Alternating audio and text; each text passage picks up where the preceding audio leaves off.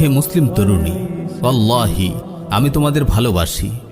আমি চাই তোমরা সুন্দর হও, পবিত্র হও, নির্মল হও। আমি চাই তোমরা আল্লাহর প্রিয় বান্দা হও, প্রিয় নবী সাল্লাল্লাহু আলাইহি ওয়াসাল্লামের প্রিয় উম্মত হও। আমি চাই তোমাদের জীবনটা ফুলের মতো সুন্দর হোক, পবিত্র হোক, নির্মল হোক। তোমাদের অন্তরটা শুদ্ধতায় ভরে থাকুক। তোমাদের হৃদয়ে উম্মার প্রতি ভালোবাসা জাগুক।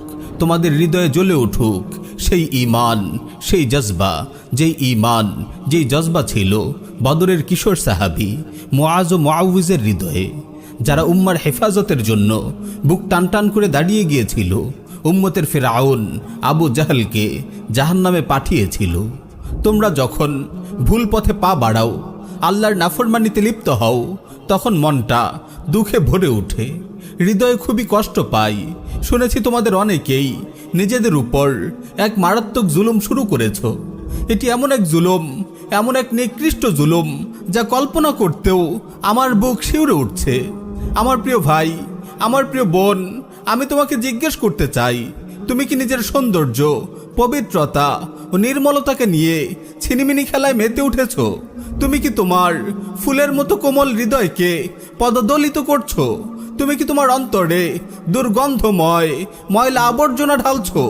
তুমি কি তোমার সুন্দর নির্মল চোখ জোড়া দিয়ে ইন্টারনেটের দুর্গন্ধময় পচাগলা নালা নর্দমায় চষে বেড়াচ্ছ? তুমি কি স্মার্টফোন কিংবা ল্যাপটপের জানালা দিয়ে মানুষরূপী সেই শূকরগুলিকে দেখছো, যারা ময়লা আবর্জনার ভাগাড়ে গড়াগড়ি খাচ্ছে আর পচাগলা নিয়ে টানাটানি করছে? ইন্না লিল্লাহি ওয়া ইন্না ইলাইহি রাজিউন। হে মুসলিম যুবক, কি হয়ে গেল তোমার? তুমি এতটা নিচু কিভাবে হতে পারো?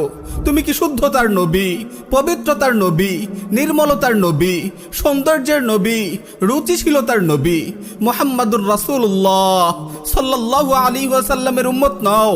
তুমি কি মহান সাহাবী ওসমান বিন আফফানের রুহানি সন্তান নও, যার হায়া, রুচি ও লজ্জাশীলতাকে ফেরেশতারা পর্যন্ত সম্মান করত? হে মুসলিম তরুণী, কি হয়ে গেল তোমার? তুমি কিভাবে এমন হতে পারো? তুমি কি সাইয়্যিদা খাদিজা তাহিরার রুহানি মেয়ে নও?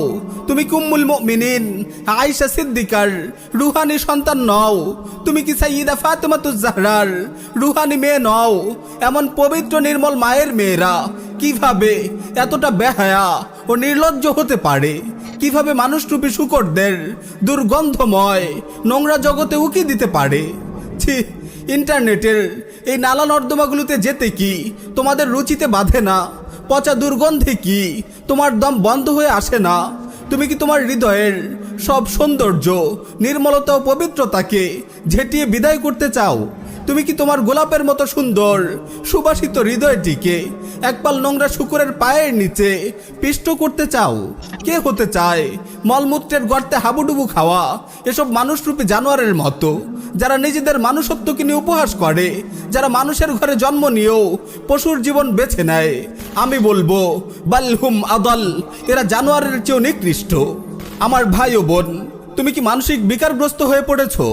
আমাকে বোঝাও, তুমি ওখানে কি করছো? তুমি একজন মুসলিম যুবক, তুমি এক মুসলিম তরুণী। তোমার চোখ পবিত্র, তোমার নজর পবিত্র, তোমার জীবন পবিত্র, তোমার যৌবন পবিত্র, তোমার হায়াত পবিত্র, তোমার পথ পবিত্র, তোমার গন্তব্য জান্নাতও পবিত্র। বেহায়াপনা, নির্লজ্জতা, নোংরামি, অপবিত্রতা, ময়লা আবর্জনা এসবের সঙ্গে তো তোমার কোনো সম্পর্ক নেই। তোমার পূর্বপুরুষদেরও কোনো সম্পর্ক নেই। তোমার মহান রব, তোমার পবিত্র নবী, তোমার পবিত্র কোরআন, তোমার পবিত্র সুন্নাহ, তোমার পবিত্র দিন, তোমার পবিত্র শরিয়া তোমাকে পবিত্র এক জীবন দিয়েছে, নির্মল এক হৃদয় দিয়েছে। ইন্টারনেটের এই নালা নর্দমাতে মলমূত্রের মাঝে গড়াগড়ি খাওয়া শূকরের পালের মাঝে তোমার কি কাজ? তুমি কেন ওখানে? তুমি এক সৌভাগ্যবান মুসলিম যুবক, তুমি এক সৌভাগ্যবতী মুসলিম তরুণী। তুমি তো সুন্দরের প্রতীক, পবিত্রতার প্রতীক, নির্মলতার প্রতীক। তোমার চোখ দিয়ে নূর বিচ্ছুরিত হয়, তোমার চেহারায় পবিত্রতার আলো ঝলমল করে, তোমার কথায় দিন ও শরিয়ার সুবাস পাওয়া যায়, তোমার চলনে, তোমার আচরণে আল্লাহ রাসূলুল্লাহর ভালোবাসা ফুটে ওঠে, তোমার ব্যক্তিত্বের মধুরতা সবাইকে কাছে টানে। আমার ভাই, আমার বোন, তুমি ভালোভাবেই জানো যৌবন আল্লাহর কত বড় নিয়ামত। এই নিয়ামতের মূল্যায়ন করো, হেফাজত করো, তোমার যৌবনের পরিচর্যা করো। একটু অপেক্ষা কেন করছো না? দাম্পত্য জীবনের মধুর আয়োজনে কেন নিজেকে ব্যস্ত রাখছো না? নিজের সময়গুলোকে কাজে লাগাও, নিজের কেরিয়ার গড়ার পেছনে সময় দাও, নিজেকে উপার্জনক্ষম করো। একটি সুখী দাম্পত্য জীবন গড়ার পেছনে তুমি সময় দাও। কেন ইন্টারনেটের এসব নালা নর্দমায় গড়াগড়ি খাচ্ছ? নিজের ফুলের মতো যৌবনকে ক্ষতবিক্ষত করছো। তুমি কি মানসিকভাবে বিকারগ্রস্ত হয়ে পড়েছো? কেন এমন মাতালের মতো আচরণ করছো? তুমি কি কল্পনা করো না তুমি এক মুসলিম রাজপুত্র?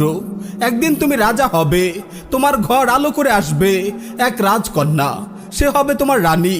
মধুর এক দাম্পত্য সাম্রাজ্য হবে তোমাদের। তোমাদের দুজনের এই বাগানে ফুটবে অনেকগুলো মানবকলি, ফুলের মতো শিশুদের হাসিতে ভরে উঠবে তোমার জীবন।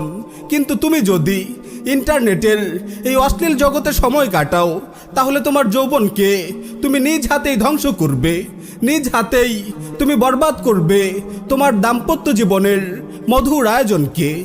আমার ভাই ও বোন, তুমি যদি ইন্টারনেটের এসব নোংরা নর্দমায় ঘুরে বেড়াও, তোমার চোখকে, তোমার অন্তরকে, তোমার জীবনকে কুলুষিত করো, তাহলে লিখে রাখো তুমি তোমার যৌবনকে বরবাদ করছো।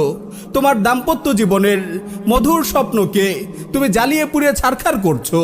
তোমার জীবনের শুদ্ধতা, নির্মলতা ও সম্ভাবনাগুলোকে তুমি ঝেঁটিয়ে বিদায় করছো। তোমার দুনিয়া, তোমার আখিরাত দুটোকেই বরবাদ করছো। তুমি কি জানো না, পর্নোগ্রাফির অশ্লীল জগতে ঘুরপাক খেয়ে কত যুবক, কত তরুণী তাদের জীবনকে লণ্ডভণ্ড করেছে, কত সুখের সংসার বিরান হয়ে গেছে, কত যুবক দিন থেকে ছিটকে পড়েছে। পর্নের ঘৃণ্য দৃশ্যগুলো কি সব সময় তোমার চোখে ভাসবে না? এমনকি যখন সালাতে সিজদায় যাও, তখনও কি তুমি এই জঘন্য দৃশ্যগুলো থেকে মুক্তি পাও? ইন্না লিল্লাহি ওয়া ইন্না ইলাইহি রাজিউন। ভেবে দেখো, পর্নের নীল অন্ধকারে ডুবে থাকা অবস্থায় যদি তোমার মৃত্যু চলে আসে, তাহলে তোমার কেমন পরিণতি হবে?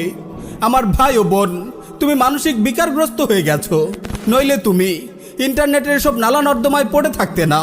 কোনো সুস্থ মানুষ এখানে 1 মিনিট থাকলেও তার পেট উল্টে বমি আসবে, তার নিঃশ্বাস বন্ধ হয়ে আসবে। তুমি কেন এই সংকীর্ণ পচাগলা নর্দমায় পড়ে আছো? এসো, আমার হাত ধরো, আমি তোমাকে নিয়ে যাব সুন্দর এক পৃথিবীতে।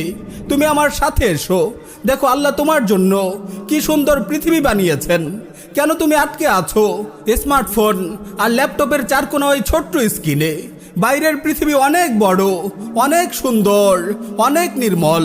ওই দেখো, নির্মল নীল আকাশ চারিদিকে গোল হয়ে নেমে এসেছে, মৃদুমন্দ হাওয়া গাছের পাতায় দোলা দিচ্ছে, বাগানে ফুল ফুটেছে, প্রজাপতি উঠছে, পাখিরা গান ধরেছে। ওই দেখো, আকাশ কালো হয়ে বৃষ্টি ঝরছে, শূন্য খেলার মাঠ তোমাকে হাত ছানি দিয়ে ডাকছে। তুমি নীল রঙের ওই অন্ধকার ছেড়ে বের হয়ে এসো, খেলাধুলা করো, শরীর চর্চা করো, বাইরে ঘুরে বেড়াও, আল্লাহর সৃষ্টি জগৎ দেখো, একা থেকো না।